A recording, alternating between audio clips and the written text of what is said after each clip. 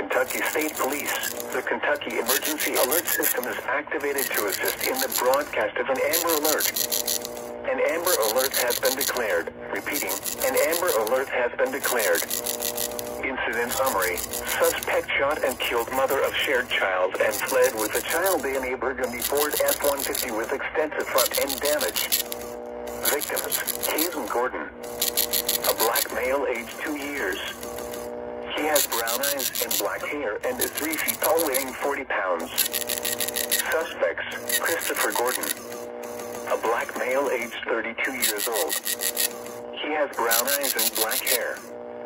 He is 5 feet 5 inches and weighs 140 pounds. Last seen, unknown clothing, and was in possession of handgun.